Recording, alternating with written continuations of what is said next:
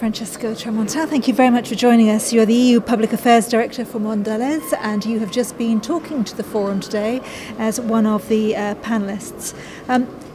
Tell me, give me a flavour of the message that you wanted to give the Forum for the Future of Agriculture today. Mondelez International, my company, is a large confectionery and chocolate business.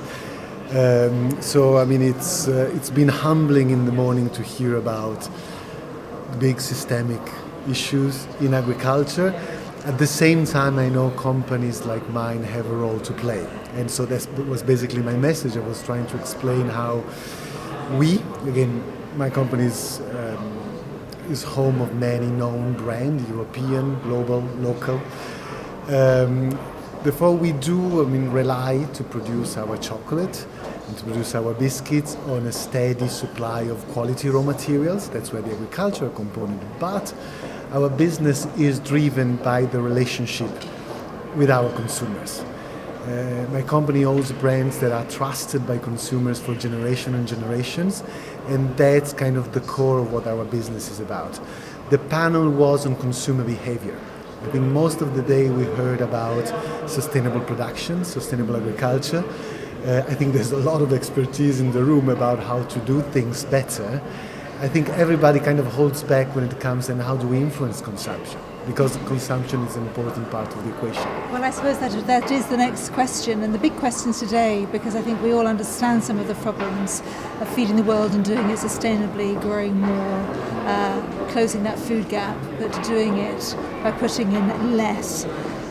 Sustainability then is not a driver for consumers, though, is it? Is that your experience? Well, sustainability in itself, in a very narrow sense, it's not a mainstream driver for consumers. But I think we are all consumers. I'm a consumer.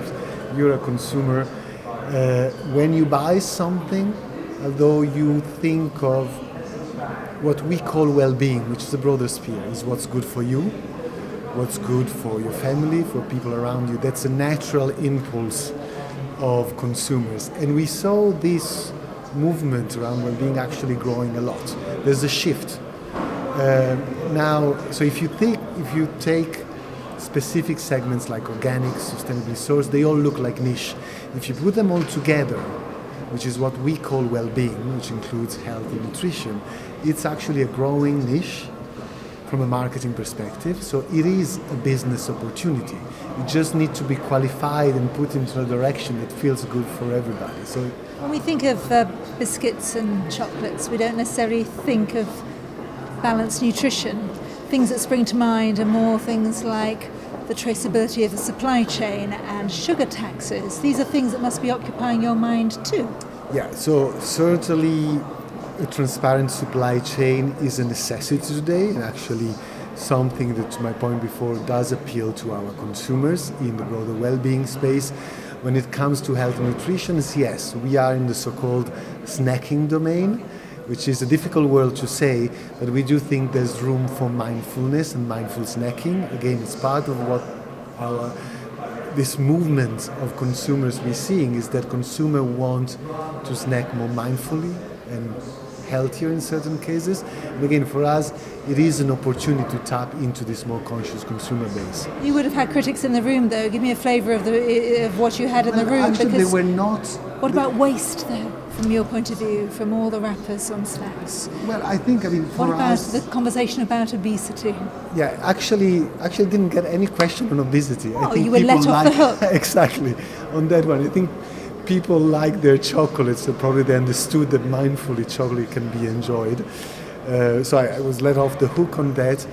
People, though, question and ask questions around this concept of sustainably sourced and whether farmers should pay for that, whether we should look for farmers deserve a premium, or actually sustainability should make overall business sense for the farmers in itself. And I think that's a slightly unresolved issue to these days. I mean, there are several models, and I think several models can coexist. They also asked us about the role of standards and logos and labels on all that, to which my answer is that certain standards are a recipe, are a tool, they are not necessarily the solution. but are just an important tool in our sustainability journey. So what would your final message to be? A call to action, or the value of having brought all these different stakeholders together? Well, what is your final sense? Well, there's a then, call to Francesca? action, which is about stakeholders coming together and talk to consumers for what is meaningful for consumers. And consumers are engaged by a positive story. So my rather provocative call to action was not be ashamed of marketing in a broad sense, just because that's what talks to consumers. Francesca Tramonta, thank you very much Thank for you talking very to the much forum for the today. opportunity. Yes, thank you.